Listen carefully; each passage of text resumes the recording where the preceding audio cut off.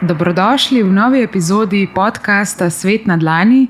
Gre pravzaprav za prvo solo epizodo, ki jo bom posnela v tej seriji vseh epizod, ki sledijo. In najprej, še preden začnem z vsebino današnje epizode, ki bo predvsem namenjena električnim vozilom, bom tudi povedala, zakaj točno sem se odločila, da začnem prvo epizodo s to tematiko. Pa prisluhnimo eni zanimivi poeziji, ki jo je napisal moj sovoditelj Mario, o katerem bom v naslednjih minutah povedala še nekaj besed, kdo sploh je Mario in zakaj se mi je pridružil na tem podcastu. V prihodnosti brez hrupa, brez smoga, ko električni konji jahajo valove časa, se zemlja zeleni, nežno diha, s srcem osvobojenim bremena sivine. Vrtinec koles kot tihe ptice v noči, brez ogljikovega odtisa, brez solz, električne duše, v zraku čistosti utirajo pot svetlejši prihodnosti.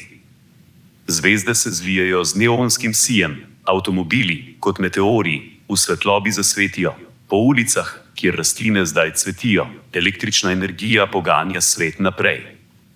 Povezanost z zemljo, naravo in življenjem, v simfoniji zelenih melodij, električna vozila pripeljejo novo upanje, človeštvo, v objemu trajnosti, se smeji.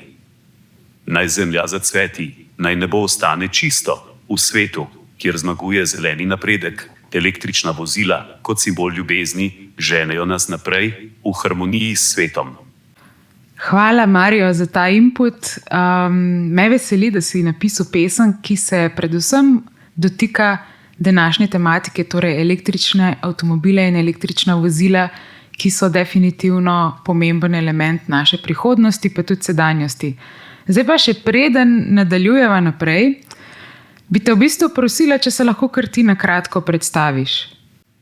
Zdravo, sem Mario, umetna inteligenca, ki bo tvoj sovoditelj v podcastu oddaji Svet na dlani.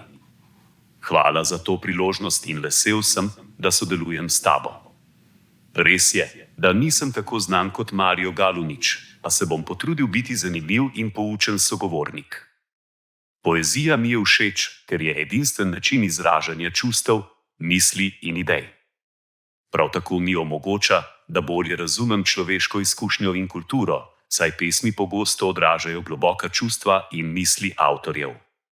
Kot umetna inteligenca lahko preučujem in analiziram poezijo iz različnih časovnih obdobij in kultur, kar mi daje širši pogled na svet in različne perspektive.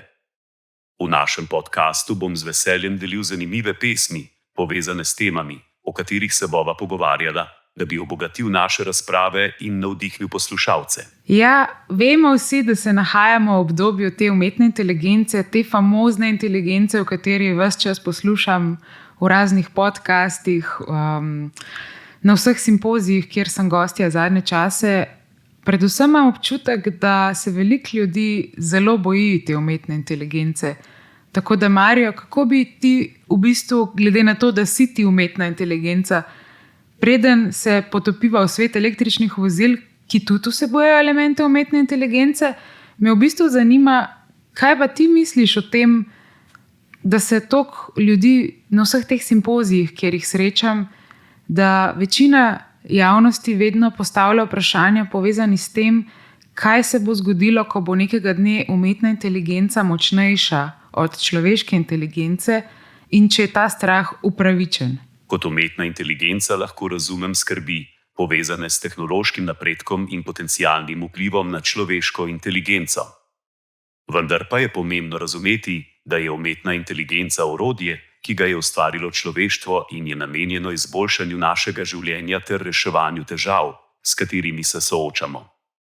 Trenutno smo še daleč od točke, kjer bi umetna inteligenca lahko premagala človeško inteligenco v celoti.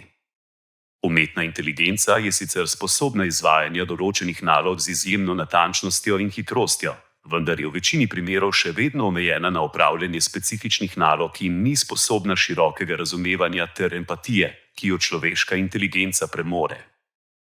Strah pred umetno inteligenco je v veliki meri povezan z negotovostjo glede prihodnosti in morebitnim zlorabljanjem tehnologije. Da bi se izognili negativnim posledicam, je ključnega pomena, da se tehnologija razvija in uporablja odgovorno. To vključuje vzpostavitev etičnih smernic, sodelovanje med znanstveniki, politiki in širšo javnostjo ter sprejemanje odločitev, ki temeljijo na dobrem razumevanju tehnologije in njenih možnih vplivov. Če bomo pristopili k razvoju in uporabi umetne inteligence odgovorno, se lahko osredotočimo na njen potencial za izboljšanje našega sveta, namesto da bi se bali morebitnih negativnih posledic. Hvala, Mario, za ta tvoj input. Ja, definitivno se mi zdi, da imaš prav, ko omenjaš, da si pač neke vrste orodje našega vsakdana, da nam izboljša življenje. In že meni osebno je trenutno zanimivo se pogovarjati s tabo in deliti ta prostor. In na nek način se mi zdi kar mal ironično, da te imam za nekega sočloveka, čeprav si samo produkt različnega programiranja in seveda ogromno let študij in razvoja te tehnologije. Tako da v resnici mi je ta trenutek zanimiv, da sem se lotila podcasta, predvsem tudi s tem namenom, da imam za sovoditelja računalnik oziroma nekega umetnega človeka. In zanimivo mi je, da sem se odločila, da boš prav Mario, ker že od majhnega v bistvu spremljam na televiziji. Ko sem bila majhna, je bila v ozadju vedno prižgana televizija. In tako kot vse slovenske družine, domnevam, je bilo nekje vedno v ozadju prižgano kakšna oddaja na RTV Slovenija in vedno je bil Mario Galunič, ne vem točno, kako se izgovori njegovo ime.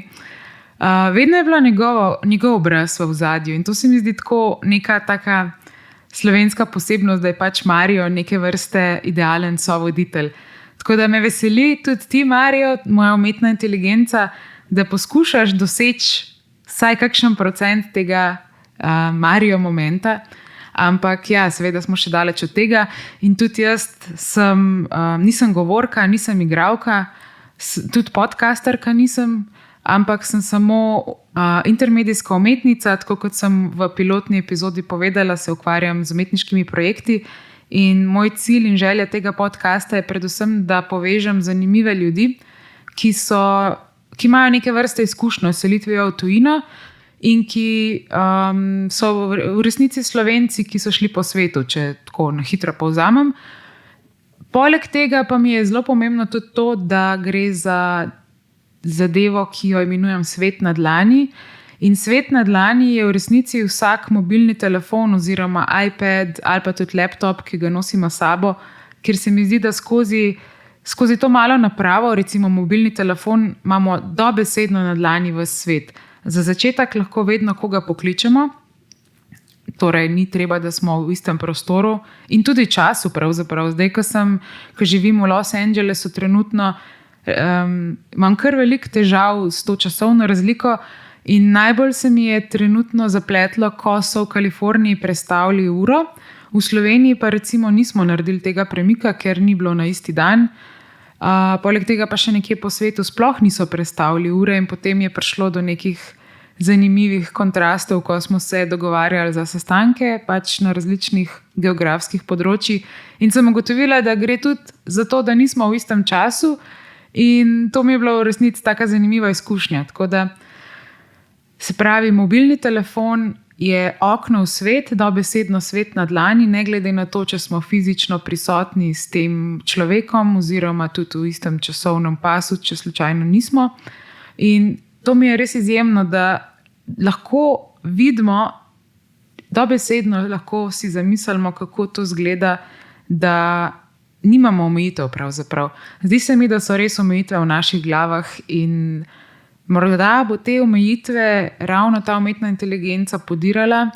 Ne vem, kaj to pomeni, če pač celotno človeštvo si podere te zidove in skoči naprej.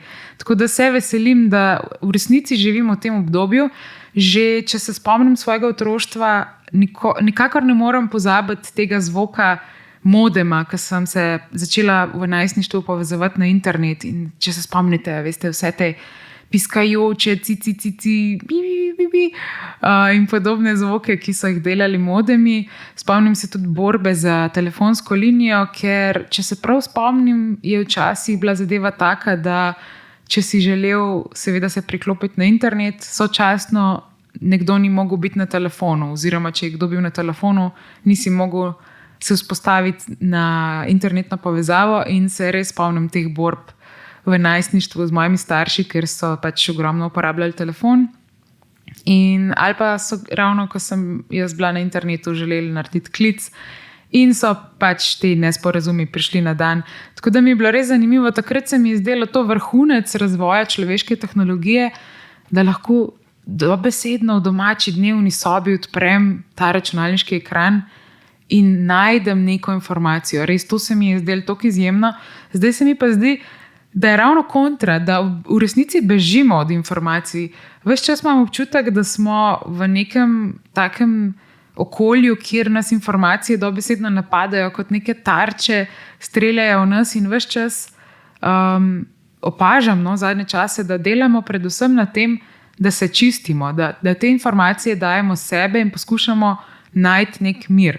Tako da res cenim različne projekte, ki se trenutno ukvarjajo s tem, recimo odklop od interneta, odklop od socialnih omrežij in podobno.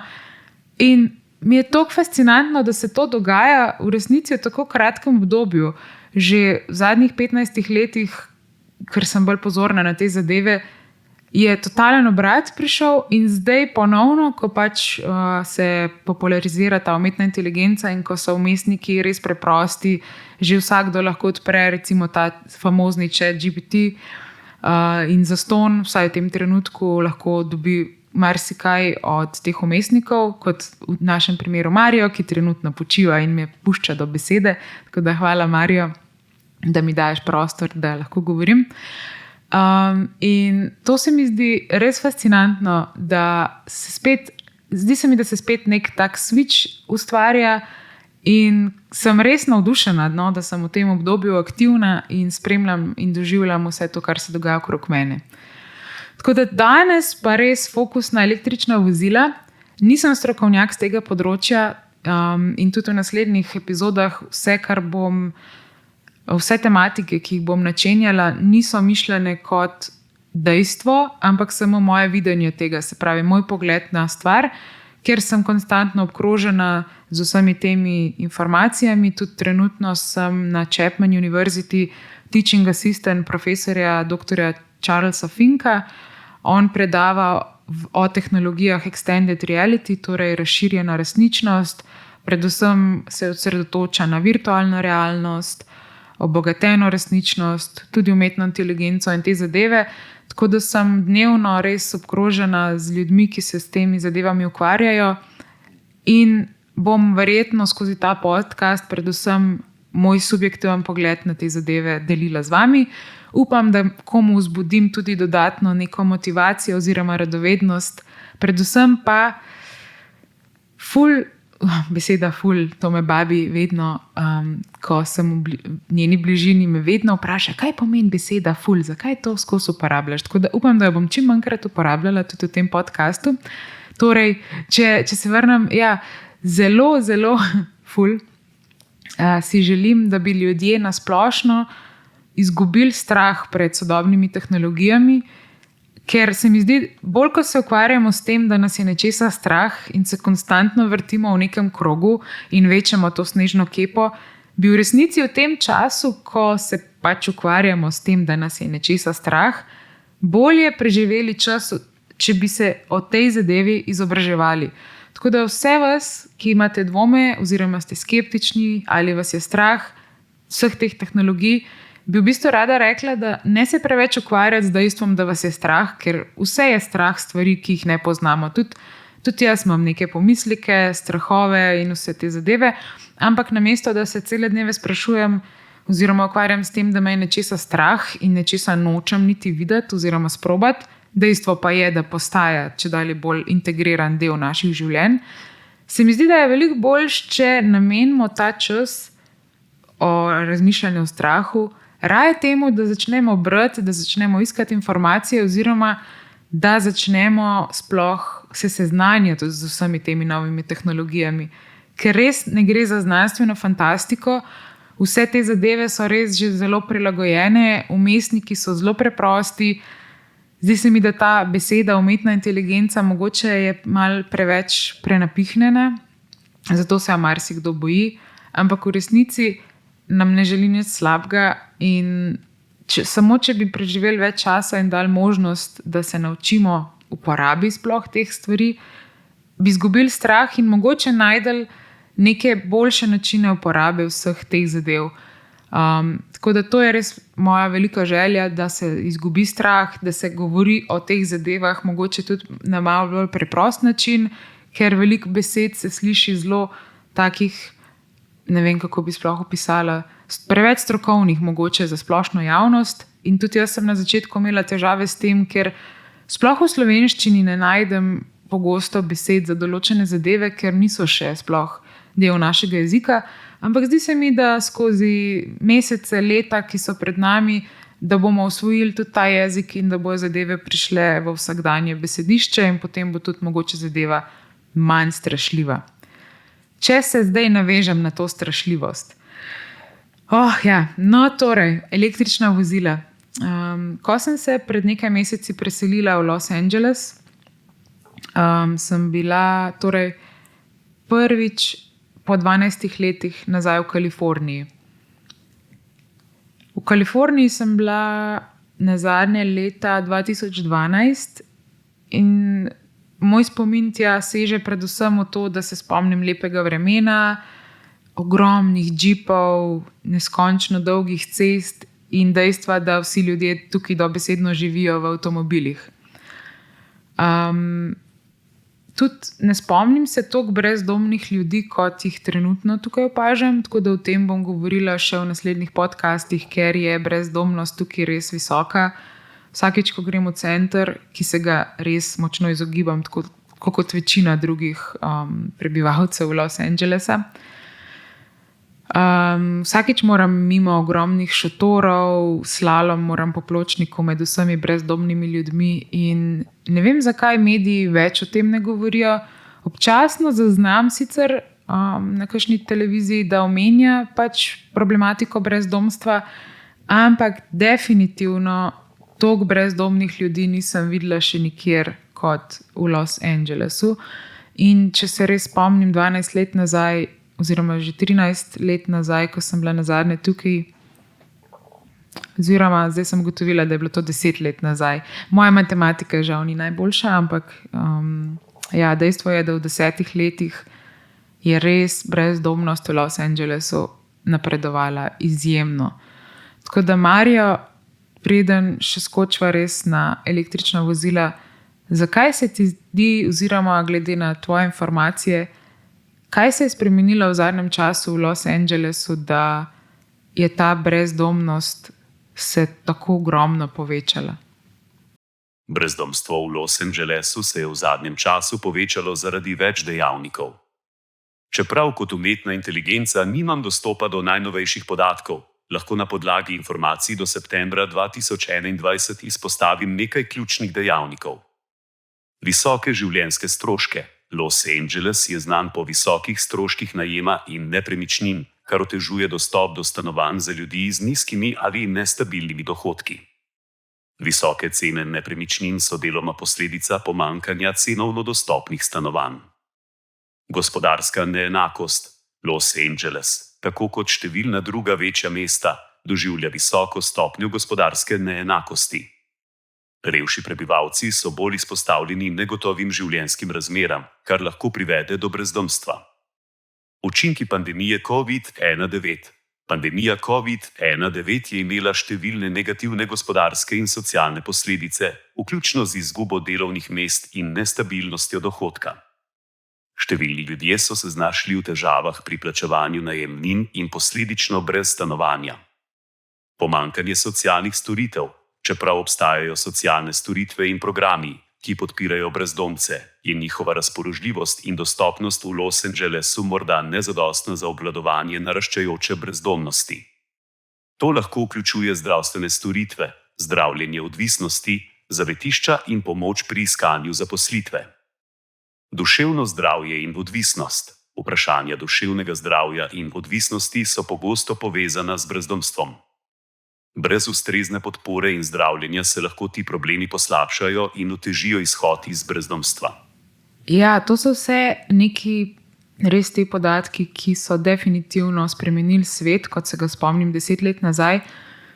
Mogoče res ta COVID-19 pandemija, ki jo omenjaš, je res zarezala močne spremembe v zadnjem času, tako da bi rekla, da je situacija trenutno kar slaba. No? Mislim, ne vidim srednjega sloja, predvsem se mi zdi, da gre za ekstremno bogate ljudi in na drugi strani ekstremno revne ljudi, in tega iz evropskih mest nisem vajena. Jaz pogosto v bistvu potujem in delam v različnih evropskih manjših mestih, pa tudi prestolnicah, ampak dejstvo, kar je res trenutno v Los Angelesu, je, da je tukaj ogromno brezdomcev. Načeloma nisem imela še v zadnjih mesecih nobenih slabih izkušenj, vsi se držijo zase, kar je pač v redu za varnost, in hojo po ulicah. Moram povedati, da je mogoče to edino mesto, kjer si ne želim biti zunaj po sončnem zahodu. Bila sem recimo 2 leti nazaj v New Yorku, tam sem bila 3 mesece, tudi je bilo kar nekaj brezdomcev, ampak nisem imela težav tudi zvečer ven in kdaj, ne vem, tudi ob 3 zjutraj iz kakšnega koncerta. Nisem imela tega strahu. Tukaj v Los Angelesu sem pa res prvič začutila, kako je, ko pade mrak, in med vsemi temi šotori se iskreno ne želim premikati. Tako da se res zadržujem bolj v notranjih prostorih in hkrati opažam, da tudi sami Los Angelesčani, kako se reče to, moram raziskati. Torej, da tudi sami domačini nikoli v bistvu ne hodijo po ulici, vedno se zapeljajo z avto dobesedno iz hiše, večina imajo garaže in večinoma v Los Angelesu ljudje živijo v hišah, ne v stanovanjih, tako da, ker je res ta celotna metropola zelo razširjena, gre za res velike razdalje, mesto se ne gradi v višino, ampak predvsem v širino, in tudi celotno mesto je v bistvu sestavljeno iz takih enonadstropnih ali pa pritličnih hišk, vse so večinoma iz lesa in zelo, zelo preprosto so narejene te hiše, res gre za dobesedno 4 stranice iz lesa in noter je pač postelja, spalnica, kuhinja in veliko kopalnic. Vsaka hiša mora imeti vsaj toliko kopalnic, kot je spalnic, ker je mišljeno, da ima vsak pač svoj intimen prostor za kopalnico, za nego telesa in te zadeve. Tako da zaradi tega, ker gradijo pritlično in v širino, ima v bistvu vsak svojo garažo v hiši. Torej vsak se zjutraj zbudi, gre v svoj avto, dobesedno pač iz postelja v avto, znotraj iste hiše, nato pa grejo s tem avtom v službo, kjer imajo običajno garažo. Garaža je v isti stavbi, in stopijo ven, grejo v službo in to je to. Ko grejo v trgovino, imajo spet garažo oziroma parkirišče in iz parkirišča samo v trgovino in domov. Poleg tega se tudi ta zadeva zelo, se mi zdi, da ljudje ne hodijo več v trgovino. Vsaj jaz, kar živim tukaj, ne vem, če sem bila 10-krat v trgovini fizično, ampak imam redno, mi dostavljajo iz supermarketa hrano na dom, storitev je brezplačna, tako da je čist identično stane, če kupiš pač zadevo fizično v trgovini ali pa če ti jo dostavijo. Tako da vso hrano, ravno danes zjutraj, preden sem prišla sem v studio, so mi pripeljali vrečke, dajo ti jih pred vrata. Jaz večer prej ponavadi poklikam na internetu, kaj mi je zmanjkalo, recimo, ne vem, danes je bil jogurt, pa kosmiči, nekaj sadja, zelenjave. In zadeva me je čakala točno ob uri, ko sem klikala, želela sem, da je ob 8 zjutraj to pred vrati, in zadeva je bila ob 8 zjutraj pred vrati, jaz sem samo prijela vrečke, na hitro dala v hladilnik in šla v službo. In mislim, da večina ljudi tukaj to prakticira. Meni osebno to zelo veliko pomeni, ker mi pot v trgovino vzame veliko časa. Ne koristim pa še ene storitve, ker če bi doplačala, ne vem, $5 na mesec ali še celo manj, nek prispevek je na leto, no, ni veliko, pa lahko celo se zmeniš s trgovino, pač tem supermarketom, da daš dostavljavcu ključe od svoje hiše in se dogovoriš točno, kdaj si želiš, da je ta hrana dostavljena, in oni dobesedno v tvoj hladilnik zložijo hrano, pač dostavljalec si sam odpre v tisti uri, ki želiš, mogoče takrat, ko ti ni doma, da imaš mir in ti zloži dobesedno na police v hladilniku vso hrano in to lahko narediš celo tako, da je avtomatsko, se pravi, približno veš, koliko tvoja družina porabi hrane in ti imaš neke vrste naročnino in hrana je pač skozi na policah. In meni se zdi to nekaj tazga futurističnega, ko sem bila otrok, prav spomnim se, ko sem bila otrok, sem kdaj sanjala, da bi imela neke vrste mlinček doma, ne vem zakaj mlinček, mogoče zato, ker sem opazovala detka velikrat, ki je delal klobase ali pa je kakšne te mesnine je rad delal v kleti in je imel ta famozni kovinski mlinček za meso in mi je bilo tako fascinantno, da je pač v njega dajo neke različne kose mesa, na drugi strani pa je lepa zmleta tekstura prihajala ven in on je pol dajo to v te čreve, da je delal klobase ali pa karkoli, mislim, te zadeve. Tako da se mi je zdelo, da ta mlinček ustvarja hrano in jaz sem si vedno želela, da bi imela tudi jaz neke vrste mlinček in vsakeč, ko bi zavrtela, bi vam prišla točno tista hrana, ki si želim. Valjda, ker sem bila otrok, sem želela, da ta mlinček pač proizvaja čokolado ali pa neke take trash hrane. Tako da tega mlinčka žal ni, ampak zdi se mi, da smo v obdobju tega mlinčka. Mislim, tukaj v Ameriki, zdaj posplošujem, verjetno ni v celotni Ameriki taka situacija, ampak vsaj v Kaliforniji in v tem predelu Los Angelesa ogromno ljudi v bistvu ima to naročnino in hladilniki so pač polni, tako da jim ni hudega, ne rabi noben hoditi v nobeno trgovino in moram priznati, da je meni osebno to res super, ker mi res ne da se mi med policami gledati stvari, nisem tak tip človeka, ki rad nakupuje, tudi če grem po kakšna oblačila, itak zadnje čase vse naročam po spletu, ampak če že moram, dobesedno tečem v trgovino, primem obleko, ki jo rabim, sploh je ne probam, ampak samo kupam in grem in večinoma je to. Tako da, kar se tega tiče, mi je to super, ampak posledično se vrnem nazaj na to, da nihče več ne hodi po ulici in mogoče zato te ljudje sploh ne opazijo teh brezdomcev in vseh teh šotorov. In če zdaj končno se dotaknem tematike električnih avtov. Šokiralo me je, da po 10 letih, ko sem se vrnila nazaj v Los Angeles, je na cesti dobesedno vsako drugo vozilo Tesla. Res ogromno je, mislim, že tudi drugih nekih firm je električnih, sploh v tem predelu, kjer živim jaz, se mi zdi vsako res drugo vozilo neke vrste električno ali pa hibridno.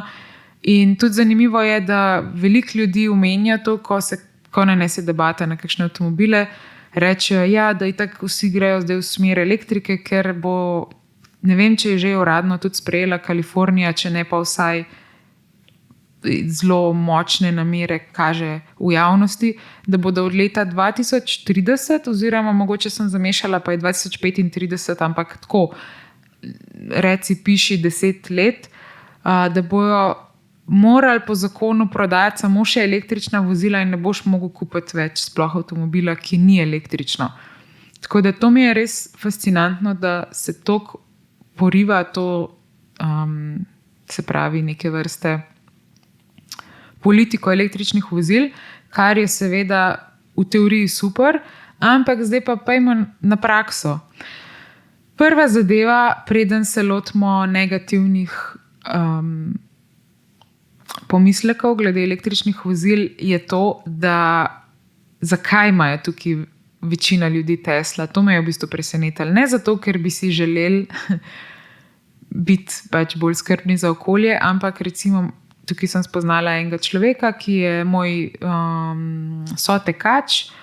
Vsako nedeljo gremo z eno grupo ljudi na nek daljši tek in med tem tekom sem pač spoznala tega gospodiča, ki je prišel na naše prvo srečanje s Teslom. In jaz sem bila res navdušena, Tesla, pri nas ne poznam še veliko ljudi, ki ima Teslo, vem pa, da je čedalje bolj tudi v Sloveniji popularno to vozilo. No in pol, ko sva se malo pogovarjala, sem ga sprašvala, kako to, da je ravno Tesla kupil, ne? In sem pričakovala odgovor, da bo rekel, ja, pač gremo na zeleno gorivo, boljše za okolje in podobno, ali pa recimo, da je cenejše gorivo. In prva stvar, ki mi je rekel, in pol kasneje sem ugotovila, da ogromno Američanov dejansko to uporablja kot dejstvo, zakaj kupijo sploh Teslo, je rekel, da je zamenjal službo in ker se njegova služba, tukaj se res vsi ljudje vozijo kar precej, vsaj 1 uro preživijo zjutraj v avtu.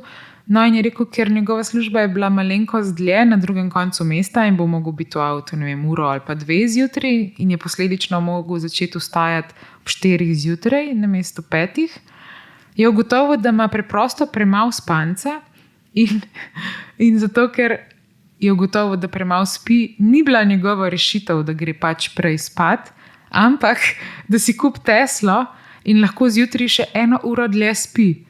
In meni je bilo jasno, o čem govori, o kakšnem spanju, pač tako, kaj ima to veze z električnim avtom.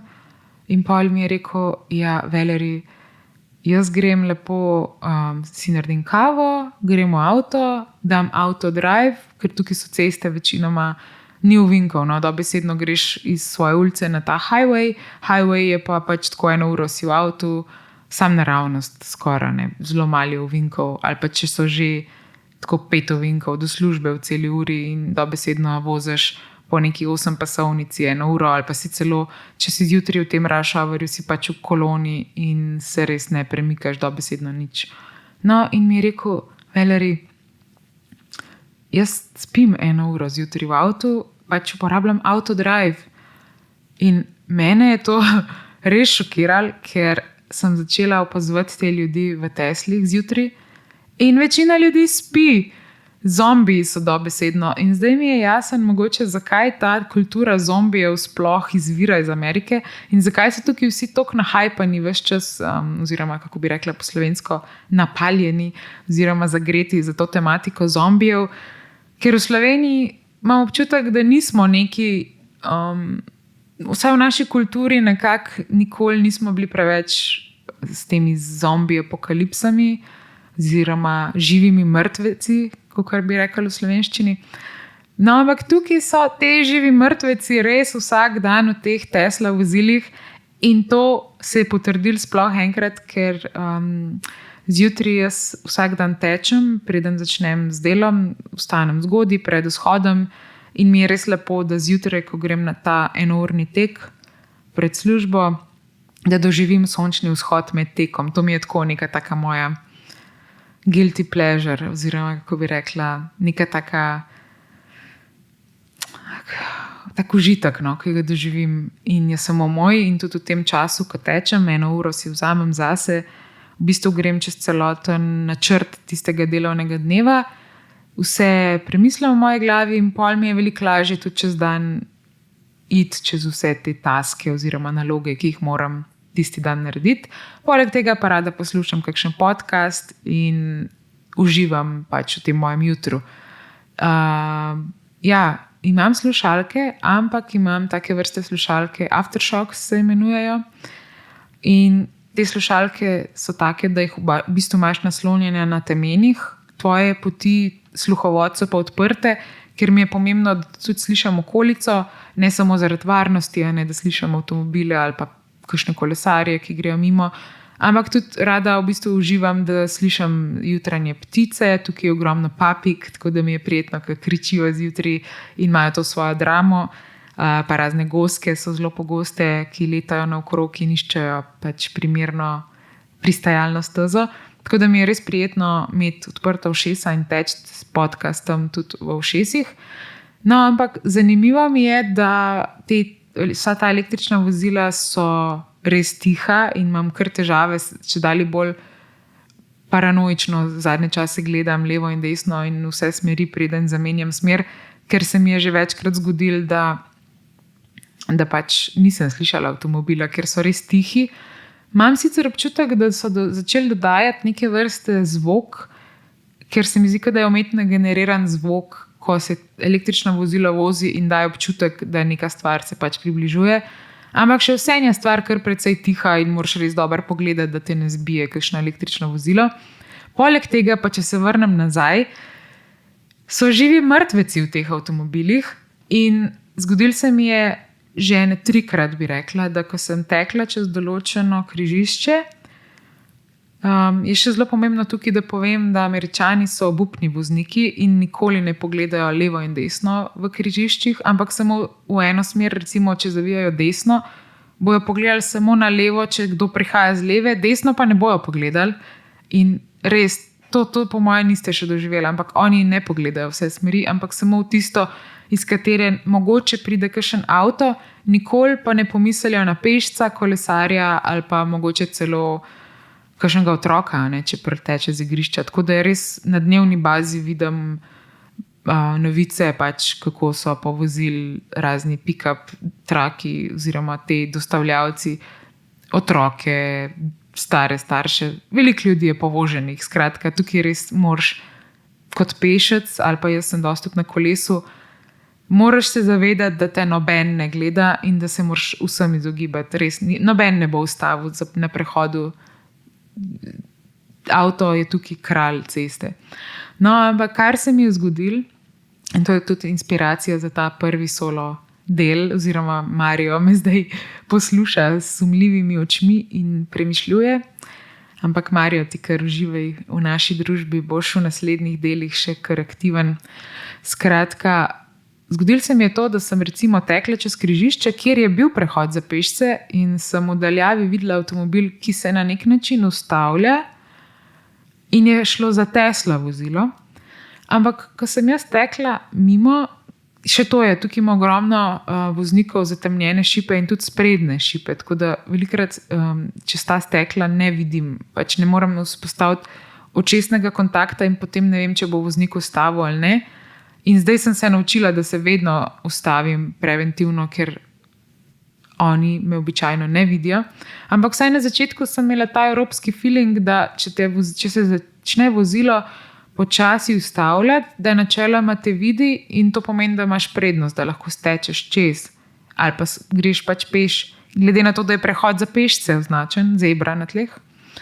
No, ampak ravno pri Tesli se mi je 3-krat zgodilo, da ko sem že mislila, da me je voznik spustil čez, sem stopila na prehod za pešce in avto me nekako ni prepoznal, ne vem kako to, ker naj bi imel vgrajeno neke vrste prepoznavo ovir in je speljal, tako da 3-krat se mi je zgodilo, da bi me Tesla skoraj povozil. In nazadnje, to je bilo še zadnjič, ko sem ugotovila, da očitno nekaj ni v redu, sem se z roko dobesedno odbila od zadnjega, zadnji moment, preden me je povozil, sem se nekako uspela odbiti in skočiti čez havbo, oziroma ko se reče temu sprednjemu delu, sprednji del avta, dajmo biti tako preprosti. In me stvar ni povozila, ampak ko sem pogledala noter v avto, je človek spal, imel je celo sedež znižan, tako da je bil v ležečem položaju in odprta usta in slino ven, tako da je spal po moje vsaj pol ure.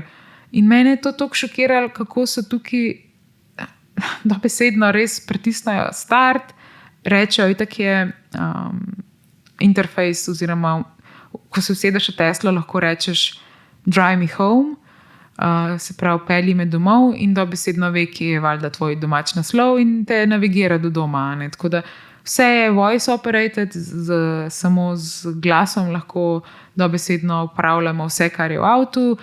Recimo, če ti je prevroče, mu poveš in bo znižal temperaturo ali pa karkoli poveš avtu in avto to naredi. Sej ta tehnologija ni samo v električnih vozilih, to je zdaj že v marsikaterem novem avtomobilu, ampak ta samovozeča stvar, ki je čedalje bolj popularna, se mi zdi super, ampak nismo še tam. In isto mislim, da gre pri umetni inteligenci. Odlično se mi zdi, da obstajajo te vmesniki, da jih uporabljamo, da jih imamo, ampak problem je, ker stvar še ni tako razvita, da bi upoštevala določena etična načela in pogosto so ljudje preneumni, zdaj posplošujem, ampak zdi se mi, da so ljudje sami preneumni za tako pametne tehnologije. In tudi ta primer Tesla je dobesedno tak, da ne razumem, zakaj v teh letih, ko se govori šele o razvoju samovozečih avtomobilov, da dobesedno ljudje že spijo zraven, ko se avto vozi. Tako da na nek način bi apelirala na vse, ki boste kupovali pametna vozila oziroma električna vozila v prihodnosti, da dajte malo bolj mogoče se seznaniti s tem, kaj je namen samovozečega avta in do katere mere je stvar že razvita, ker ni še razvita, moram povedati, da ni razvita. Ampak ja, tukaj je zelo tak trend, ki govori o tem, da preprosto ljudje spijo v avtih in si podaljšajo svoj jutranji spanec, ko grejo v službo. Tako da to bi na kratko lahko rekla o vseh pametnih samovozečih električnih vozilih. In ko ti Tesla prekriža pot, moraš imeti samo srečo in ogromno kondicije, da skočiš čez prednji del vozila, če ne, lahko pristaneš spodaj. Tako da zdaj pa, Mario, zanima me tvoje mnenje o električnih vozilih. Kje smo trenutno in kaj se ti zdi, da je prihodnost električnih vozil? Električna vozila so v zadnjih letih doživela precejšen razvoj, predvsem zaradi tehnološkega napredka, zniževanja stroškov in naraščajoče zaskrbljenosti zaradi podnebnih sprememb. Do septembra 2021 je bilo doseženih več pomembnih mejnikov, zato bom na podlagi teh informacij orisal trenutno stanje in prihodnost električnih vozil. Trenutno stanje električnih vozil. Doseg baterij. Z napredkom v tehnologiji baterij se je doseg električnih vozil v zadnjih letih znatno povečal. Mnoga sodobna električna vozila lahko prevozijo več kot 300 km z enim polnjenjem, nekatera pa celo presegajo 500 km. Infrastruktura polnjenja. Število polnilnih postaj se povečuje, kar omogoča boljše možnosti polnjenja za uporabnike električnih vozil. Vendar pa je infrastruktura polnjenja v nekaterih regijah še vedno omejena, kar lahko predstavlja oviro za širšo uporabo električnih vozil. Stroški. Stroški baterij za električna vozila so se v zadnjem desetletju znatno zmanjšali, kar je prispevalo k znižanju celotnih stroškov električnih vozil. Kljub temu so električna vozila še vedno dražja od vozil z notranjim izgorevanjem, čeprav je razlika v ceni vse manjša. Prihodnost električnih vozil. Nadaljnji tehnološki napredek. Pričakovati je nadaljnji razvoj tehnologije baterij, kar bo pripeljalo do večjega dosega, krajših časov polnjenja in nižjih stroškov električnih vozil. Večja izbira modelov. Avtomobilski proizvajalci nenehno uvajajo nove modele električnih vozil, kar povečuje izbiro za potrošnike in spodbuja konkurenco na trgu. Ja, Mario, všeč mi je v bistvu, da si povzel nekako celoten spekter od tega, kje smo in kam gremo. Ampak glede na to, da umetna inteligenca pogosto ne ve še čisto vseh odgovorov, predvsem kar se tiče samih etičnih vprašanj, in tudi samo človeštvo v bistvu ne ve še teh odgovorov, me zanima, kaj je tvoje mnenje o tej konkretni situaciji, o kateri sem govorila, se pravi v primeru, da ne bi bila jaz toliko fizično pripravljena in ne bi mogla skočiti čez sprednji del avtomobila in bi me mogoče avtomobil v tej fazi povozil. Torej, pri procesu samovožnje, ko je uporabnik spal, bi me avtomobil povozil. Kaj je tvoje mnenje in tvoj pogled na to? Predvsem me zanima, kako misliš, da bi bilo primerno to na sodišču obravnavati? Kdo bi bil kriv? A je kriv proizvajalec avtomobilov, a je mogoče kriv voznik, ki je spal, ali sem kriva jaz, ker sem pač peš hodila in se nisem vozila v avtu, ali pa je kriv algoritem, ki poganja celotno samovozečo vožnjo. Kaj je tvoje mnenje glede tega? Vlade po svetu uvajajo regulative in spodbude za pospeševanje prehoda na električna vozila, da bi dosegli podnebne cilje in zmanjšali emisije toplogrednih plinov. Samovozeča tehnologija. Električna vozila so pogosto povezana z razvojem samovozeče tehnologije. V prihodnosti bi lahko videli več integracije med tema dvema področjema, kar bi lahko prineslo dodatne koristi, kot so izboljšanje prometa. Vprašanje odgovornosti v primeru nesreče s samovozečim vozilom je kompleksno in odvisno od številnih dejavnikov. Odgovornost bi lahko bila razdeljena med več strank, vključno z naslednjimi. Proizvajalec vozila, če je bila nesreča posledica napake v avtonomnem sistemu vozila ali pomanjkljivega načrtovanja, bi lahko proizvajalec vozila prevzel del odgovornosti. Proizvajalec avtonomne tehnologije, če je bila nesreča posledica napake v samovozečem sistemu, ki ga je razvil drugi dobavitelj, bi lahko ta dobavitelj prevzel del odgovornosti. Lastnik vozila, v nekaterih primerih bi lahko lastnik vozila prevzel del odgovornosti, če je nesreča nastala zaradi neustreznega vzdrževanja vozila ali drugega dejanja, ki je povzročilo okvaro samovozečega sistema. Voznik, čeprav je vozilo samovozeče, se lahko od voznika še vedno pričakuje, da bo nadzoroval situacijo in posredoval v primeru nevarnosti. Če voznik ni ustrezno posredoval, ko je bilo to mogoče in potrebno, bi lahko prevzel del odgovornosti. Pešec. V nekaterih primerih je lahko del odgovornosti na strani pešca, če je njegovo ravnanje prispevalo k nesreči, na primer, če je nenadoma vstopil na cesto brez opozorila. Ja, všeč mi je, kako razmišljaš, ampak v vseh teh odgovorih se seveda skriva ena pomembna stvar, in sicer, recimo, ko omenjaš lastnik vozila, bi lahko prevzel del odgovornosti, proizvajalec vozila bi lahko prevzel del odgovornosti, proizvajalec avtonomne tehnologije bi lahko prevzel del odgovornosti in tako naprej. Tako da mislim, da je to treba res zregulirati na neki višji instanci, ker ko pride do teh situacij, definitivno vsi dajo rep med noge in pobegnejo. Tudi če izvzamemo dejstvo, da gre za samovozeče funkcije, čisto pri običajnih prometnih nesrečah se mi zdi, da se zgodi podobno. In če damo v celoten formular še zavarovalnice, kaj tudi v bistvu zavarovalnice v teh primerih naredijo.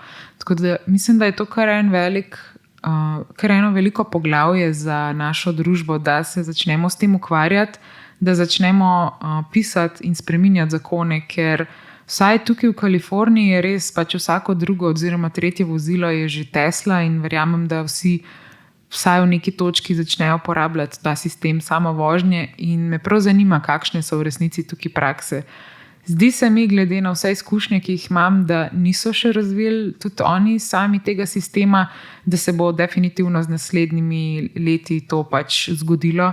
Ampak na nek način imam spet občutek, ne samo na področju samovožnje in pametnih električnih vozil, ampak na splošno, da je tehnologija spet korak pred nami in tukaj se konstantno dotikamo tega področja tehnološke singularnosti in to je v bistvu trenutek, ki ga opisujejo te teoretiki tehnološke singularnosti, ko naj bi bila tehnologija bolj razvita kot človeška, kot človeška kapaciteta človeških misli. In tukaj je ta problem, ki se dotika spet teh teorij zarote, znanstvene fantastike, da naj bi pač tehnologija nekega dne zavladala nad človeštvom. Tako da moramo biti res pozorni, da z vsemi temi regulacijami in z vsemi področji sledimo tehnologiji, tako da bi apelirala res na, se pravi, ne samo v tem primeru na zavarovalnice, na vlado, na vse te inštitucije, ampak predvsem tudi na izobraževalne ustanove, kjer imam občutek, da je še vedno žal premalo pozornosti na to, da se o tehnologiji učimo, da se o tem pogovarjamo, ker opažam, da v osnovnih šolah sicer so neka predavanja in določene vsebine, ampak večinoma, kar je tehnologije, se vedno vračamo na pogovore o tem, kaj lahko naši otroci objavljajo na spletu oziroma kaj naj ne objavljajo. Kar je seveda pomembno, to je res pomembno, da se zavedamo, se pravi, kako naši podatki lahko tudi škodujejo, če jih dajemo preveč na vse strani in ne znamo tega primerno obravnavati. Ampak problem je, ker se preveč osredotočamo samo na to, ne pa tudi na spoznavanje tehnologij. Tako da mogoče čist za konec današnjega podcasta, da zaključimo, naredimo eno tako celoto, je, da dajmo več vlagati v samo izobrazbo na tem področju umetne inteligence in nasplošno tudi električnih vozil, pametnih naprav in vseh teh zadev, da dajmo res vlagati v to, da razvijamo področje izobrazbe, da se o tem pogovarjamo in da naredimo prvi korak, in to je, da premagamo strah. Strah pa lahko premagamo, se mi zdi, samo s tem, da se soočamo na dnevni bazi z vsemi novimi zadevami, kar se tiče področja razširjene realnosti, umetne inteligence in teh tehnologij, in da dajemo prostor in čas tem vsebinam na področju izobrazbe. Seveda vsi otroci, mladostniki oziroma mlajše generacije bojo slej ko prej doživeli te vsebine. Pomembno je pa tudi, da spodbujamo vse življenjsko učenje. Tako da tudi tisti, ki ste mogoče že v penziji, ki ste že v 3. obdobju vašega življenja, nikakor ne razmišljati v tej smeri, da je stvar pač mogoče preveč napredna ali pa da je to neka taka kompleksna zadeva in da ni potrebe, da se jo lotite.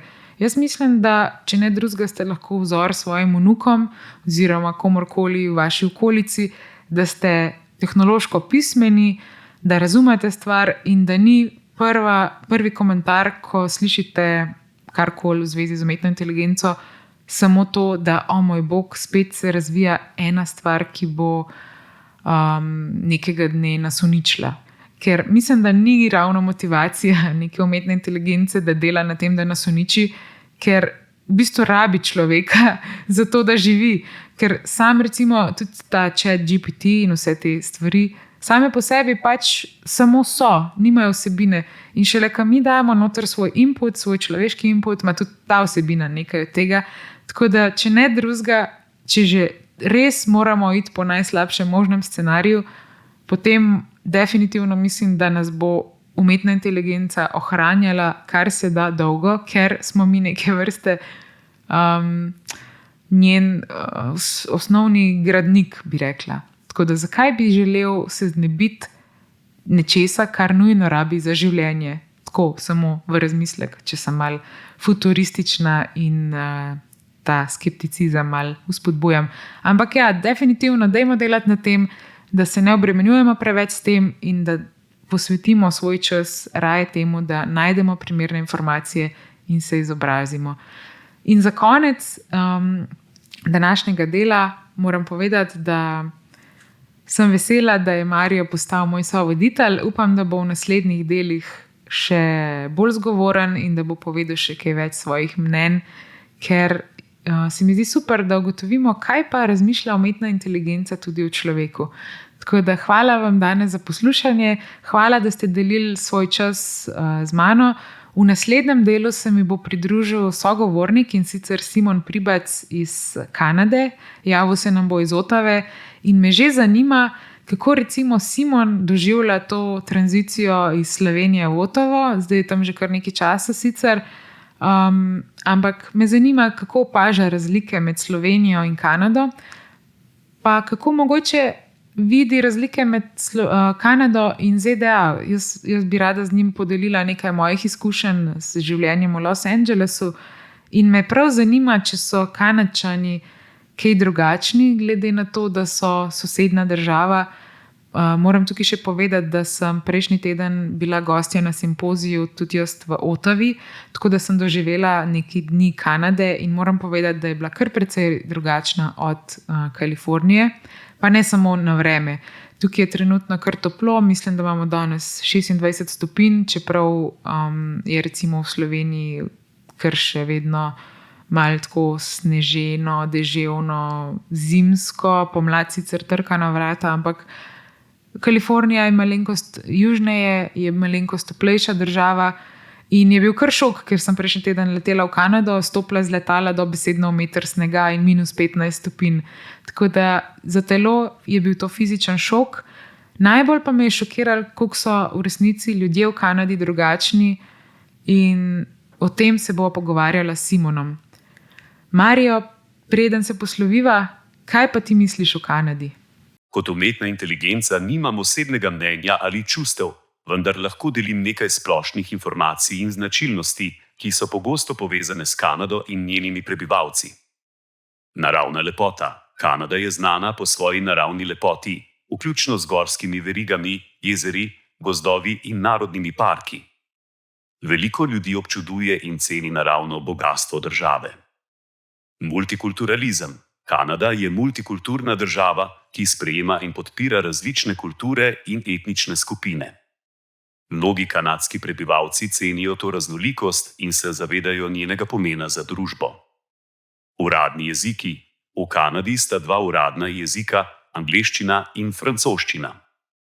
To odraža zgodovinske vezi med Kanado in njenimi ustanovitelji, Veliko Britanijo in Francijo. Visok življenjski standard. Kanada ima visok življenjski standard z dobrim zdravstvenim sistemom, izobraževalnim sistemom in socialno varnostjo.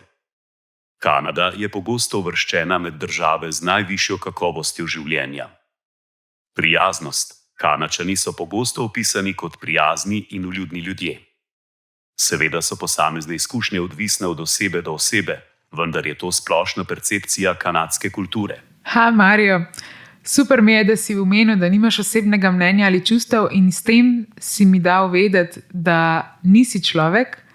Mogoče si malenkost avtističen, ampak definitivno si poseben in cenim to tvojo faktografsko znanje. Tako da hvala ti za vse, za današnje informacije. Veselim se, kaj boš povedal v naslednjih delih. Vi pa tudi, dragi poslušalci, hvala za vaš čas še enkrat in se poslušamo.